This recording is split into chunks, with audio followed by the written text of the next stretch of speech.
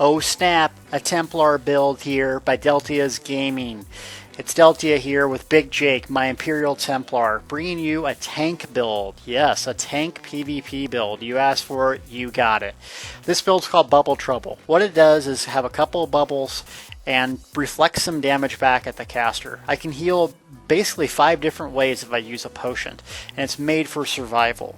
As you see from this video, it's 2 on 4 and I survived for a very long time. It's going to be hard to kill me. I'm really good at taking down vampires, and it's made for someone who likes to get in people's faces and show them what's up. So let's get started and check this build out.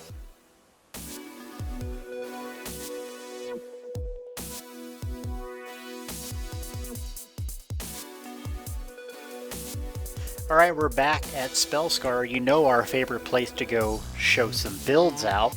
So let's talk about Bubble Trouble's skills, and I'm going to kind of show you in a controlled environment how it works. First up is bar 1. This is your primary DPS bar. It's sword and shield. Yes, it's primary DPS because you're going to be focused on Blazing Shield. That's the whole part of the build. It's centered around Blazing Shield. What this does, creates a shield based on the amount of health that you have, and it destroys or reflects that damage back to nearby enemies. It returns 53% of the damage taken. So you basically can spam this over and over as it pops. If it keeps popping, keep spamming it. That's how you do damage in this build. So you need to be near the enemies, 5 meters exactly. That has to be close. So that brings us up to our other ability, Toppling Charge. You have to be really close and you have to stay on top of them. If you're not on top of them, you're not doing damage with bar 1. This is a stun, kind of like Evasion for the Sword and Board. I like this better. Number 1, it uses magic. Number 2, it's a guaranteed stun. And it does some good damage. It has a low cost considering that we're using mostly light armor. And I like to save my stamina for other important abilities, which is Unstoppable. This pumps up your armor and spell resistance by a large margin and also grants immunity to CC. So hypothetically, we want to pop this, run in on top of them with Toppling Charge, pop a Blazing Shield, and just beat on them. That's really the whole cycle here. So Unstoppable, you gotta have this. I like it maxed out at 4. It does cost a lot of stamina, so you're gonna have to save some of it to keep this up. And it does last 10 seconds with our 2 pieces of heavy. So that's pretty good. Number 4 and 5, these are really kind of passive abilities that you use on situations. Absorb Magic is kind of the weird morph of defensive postures, but it absorbs projectiles. So that could be, projectile could be a spell or an arrow or something. So you could save a snipe. Instead of dying, you're going to get that health back. Plus passively, it increases mitigation and reduced block cost by 8%. Both. So even if you don't ever use it, it's good just to have on your bar. I like it because if Blazing Shield is you're out of magic and there's no other way to protect you and you have stamina, you can absorb it and get some health back. So that's kind of how you can heal yourself with stamina in this build. Next up is Repentance. Also provides some passive increased stamina and health regeneration. This restores life and stamina to you and nearby allies for each corpse. So a friendly corpse, enemy corpse, doesn't matter. If it's by you, it restores life, which you need because you need to block, you need to keep up your health obviously, and then also stamina is very important, blocking or using these 2 abilities. Last up is Empowering Sweep. It's a decent AoE damage ability, very low ultimate cost, and a huge debuff on damage. So take 15% less damage for 8 seconds, and an additional 4 for each person hit. So if you're in a big crowd and you're about to go down, this is what you want to use. This isn't the primary ultimate for this build, but it's a good one. So that's bar 1. Just recap, charge in. Before you charge in, get your Unstoppable up, Blazing Shields up. Only use Absorb Magic if you have stamina, and then once people start dying, Repentance. If you're in a huge group, Empowering Sweep. So let's check out bar 1 just on a controlled environment here and see what it looks like. Unstoppable, charging in, Blazing Shields up. I am going to use an Absorb Magic because I do have a lot of stamina, and keep using Blazing Shields. Keep using it. My Unstoppable goes down, Blazing Shield goes down, Blazing Shield goes down, keep on using it. Unstoppable's down, and so this is really kind of the sequence. Someone dies, Boom. Use some of their bodies. Guess what's back up? Empowering Sweep. Lower their damage on me.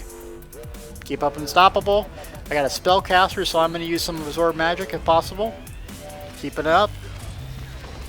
And boom. The more damage they hit you for, the more damage you do. So you actually should probably stay in the red, but I just so ingrained not to do that. It's hard for me. And my health is barely moving, because I have that bubble up at all times. Hence the name Bubble Trouble. So, dead. Harvest the bodies, full health. Now, this bar, this is a PvP build, so it's not going to shine doing PvE stuff like this. It's going to shine taking down other enemies, other people. That's bar 1. That's your AoE kind of on top of people bar. Number 2 is really meant to take down vampires. Everyone in Cyrodiil seems like is a dang vampire, so I have to have something to counter it, and that's what this bar does. Just like bar 1, there's a couple different ways to heal yourself and protect yourself. So if I'm going to start with the first bubble that we have, which is Harness Magicka. Most people say to combine this at bar 1 and use it with Blazing Shields in a conjunction. I don't. Reason why is I only have 5 pieces of light armor with this build, not 7. So for me, it's not going to give me basically infinite magic like some people suggest. So I like using it on this way. It prevents me from insta-dying to a snipe. It also gives me back magic if people are casting spells on me. So that's your bubble on bar 2. Number 5 bar on the ability in the slot is Breath of Life.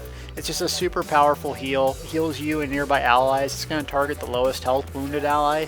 So it's priority target, burst heal. It heals like a truck. It's awesome. So that's our magic heal there. Now we have Vampire's Bane. So the first thing I do usually on a vampire is get them dotted. Do some damage over time, put a flame damage on them, and it slows them. Next thing I do is Dark Flare.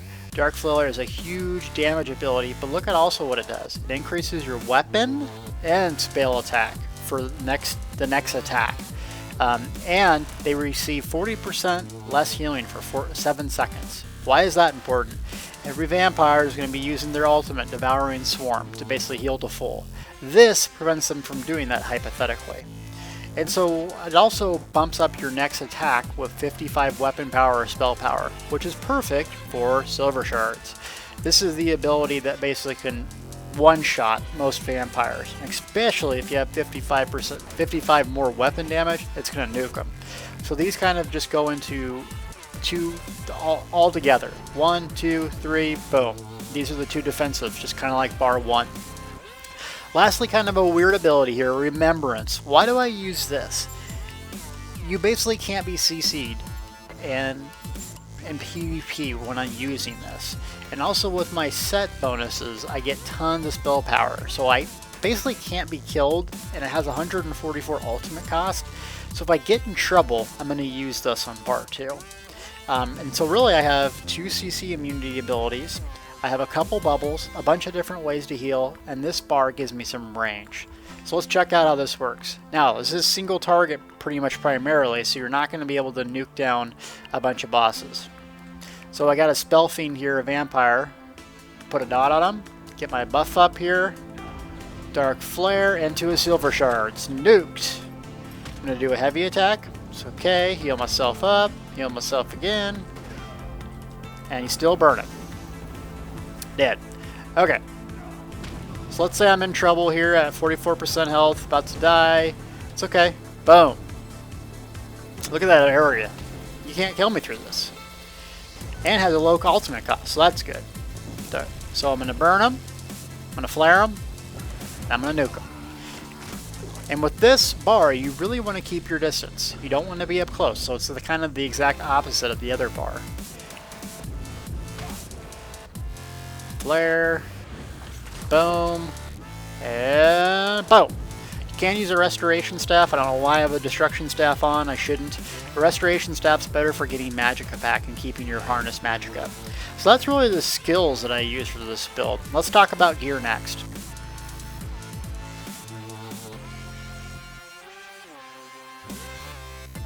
Alright, we're in the beautiful Evermore area of Daggerfall Covenant. I know it's kind of a creepy place to talk about gear with, you know, the graveyard, but we're going to do it anyways. As this NPC probably is going to come up and bug me. There are some key gear requirements here.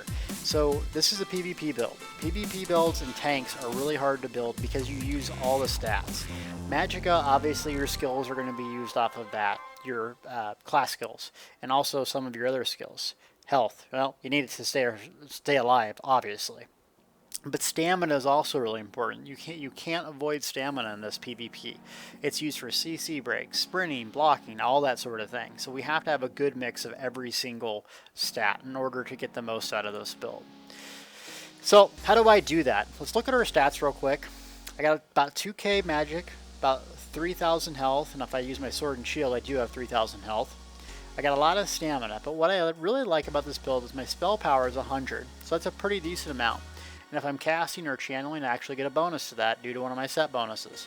I don't need a lot of spell or weapon crit, because most people use Impenetrable, so it's really hard to get a crit on another player in PvP anyways. What I do focus on, however, is magic recovery and stamina recovery. PvP is all about resource management, timing your burst, being patient, and then knowing when to charge in.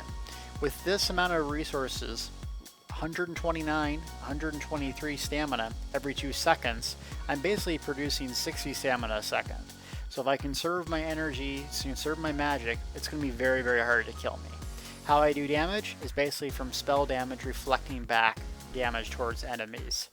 And then I don't need a lot of armor because I'm going to be using immovable or unstoppable, so I'm going to have max armor pretty much, or at least somewhat into the soft cap.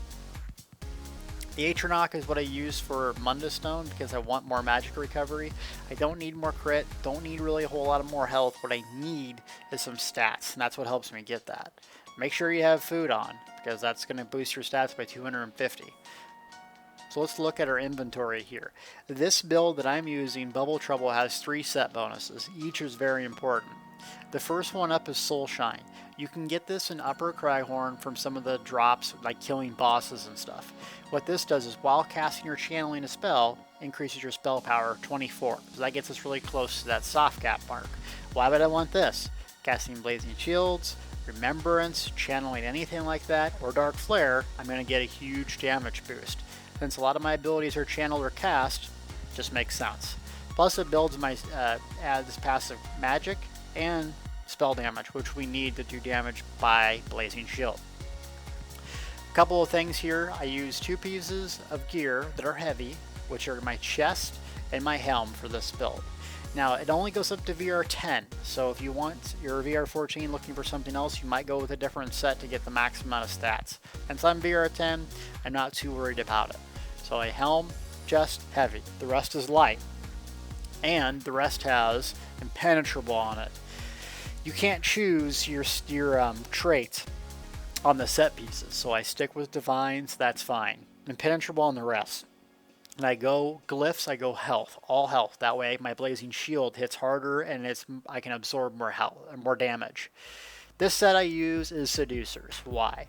The 5-piece set bonus for Seducers reduces the cost of all my class abilities by 8%. That really makes up for the 2 pieces of light armor that I'm not using, thus keeping up Blazing Shield at all times and some of these other important abilities. So that's why I use that set. So it's 2 5-piece sets, because these Soul Shine come in neck and also rings. So you can run 2 5 pieces and still run another set. And I want stamina recovery in all my jewelry to get to that critical number. It does drop at VR 10. I have some VR 9 pieces. I'm not going to redo it all just for one more level, though you could if you really wanted to stick with this for a long time. As I play a million different builds, I'm not going to be able to do that. Last set here, I'm using Sword and Shield a lot, and so I get more magic or recovery when I have it. That's why I went with Lords. You could also go with another set, maybe Dominions, a PvP set bonus. Bastion of the Dragon is another good one, lower your ultimate cost. But for me, I want magic or recovery so I can always cast.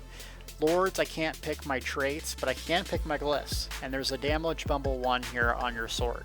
So in between my bubbles, I'm going to just attack and proc a damage buff. So I could be running three to four bubbles at a time and really absorbing a lot of damage before I take any. And then my backup bar here, I run a restoration staff. Not a destruction staff, restoration staff. The reason why is destruction staff gives you way more magicka back when you heavy attack with it. Plus I have another glyph of absorb magic on there, so I'm getting a lot of magicka back, which is good because I can go back to bar 1 and do what I need to do. So if I need to keep distance, get some magicka back up, I don't have to life tap, I can just go back, peel, and do this because I'm a restoration staff. So that's really the gear setup with this. Alright, so we're going to kind of lead the ZERG here, taking down these enemies kind of around their forward camp.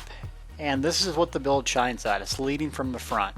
What I'm doing here is keeping up my blazing shield, using toppling charge to charge in, and immovable so I'm not CC'able.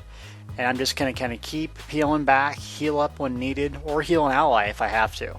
When I'm down to low life, below 50, I'm going to use Breath of Life, staying out of range of that Dragonite standard.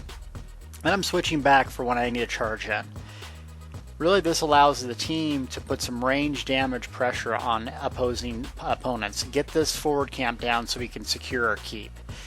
With me putting pressure on these casters, it allows my teammates to really optimize their damage. Thus, the team plays better.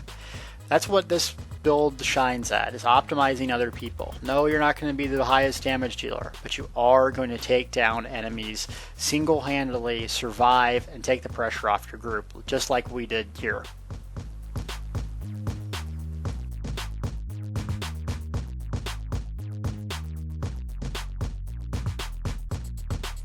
So in this part of the video, I'm going to show you how to take out a couple of vampires and leap into a crowd. First off, you want to get immovable up before that guy charges you if you can. You don't want to get the drop, you want to have the drop on the opponent. So once I see Crusty Vampire here, I'm going to dark flare him, just like this, into a silver shards. Boom! And then I'm going to come in and put pressure on him while he's unCC'able. That really just kills him right there. Now I do have some support, but that's kind of the whole premise. I see a bunch of people, so I'm buffing up, getting ready to charge in. Boom! Charge in, using Crescent Sweep to lower their damage to me so I can't die.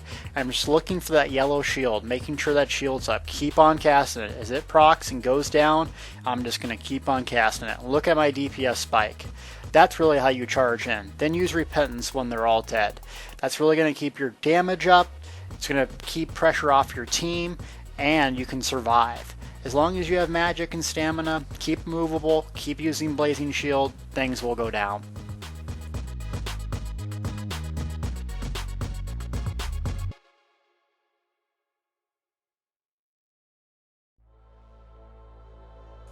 So in this part of the video, I'm going to show how to use the back bar, bar 2, to kind of defend a keep here. So it's the same premise as killing a vampire. Vampire's Bane, to get him burning, into a dark flare, maybe charge up a heavy, and really use silver shards. At this range, it's hard to tell who's a vampire and who's not. But luckily, these abilities do damage in AoE with silver shards, and great single target damage for Vampire's Bane and Dark Flare. So it doesn't really matter if they're a vampire or not. The thing to do here is keep on your bubbles and your heals, and like right there I'm doing Remembrance to heal my group. That way I don't get one shot, because if 4 of them turn and do snipe to me, I'm going to be dead. But I have the advantage, they don't. So what we're doing is picking off targets. If you're with a couple of members in your group, try to time your burst down so that you all shoot one target at a time. It's hard in this game because there is no bubbles over their head with nameplates, but you can kind of pick it off by calling out the target. Also, if someone's using snipe, they can mark the target with a focus name. That way everyone can get on the same target. So really what I'm doing is trying to pressure the battering ram here, pulling oil as the opponents pull oil on them. That way they're getting pressure. I'm looking for the healers casting healing springs, so that way they have to peel back, people die. It's not always kill the healer in PvP, it's really not. What you gotta do is apply pressure to those that are changing the game. If you do that, and you peel back with this single target bar, you can really affect the outcome.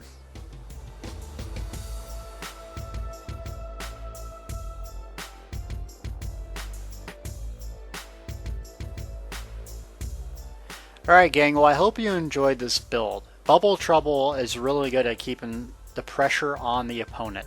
It allows you to have so many resources, you're very, very hard to kill. And it's just a fun way to engage with the Templar. The Templar gets a lot of crap for not being the most powerful build. And I agree with that. It's not exactly the best DPS in the game as far as PvE is concerned, but it does have a couple unique skills, and it's really fun to play. It looks cool, it feels fun, has a good charge, some CC ability, and it can do damage if placed in the right position. So if you like killing vampires, you want to be able to heal and stay alive and not just insta-die, this is probably the build for you. I like leading from the front, so it fits my personality, though I'll be making other builds that are more of a range archetype later. Thanks for watching as always. Feel free to subscribe and tell your friends about deltiasgaming.com. It really helps out the site and it helps me make more of these videos. Thanks.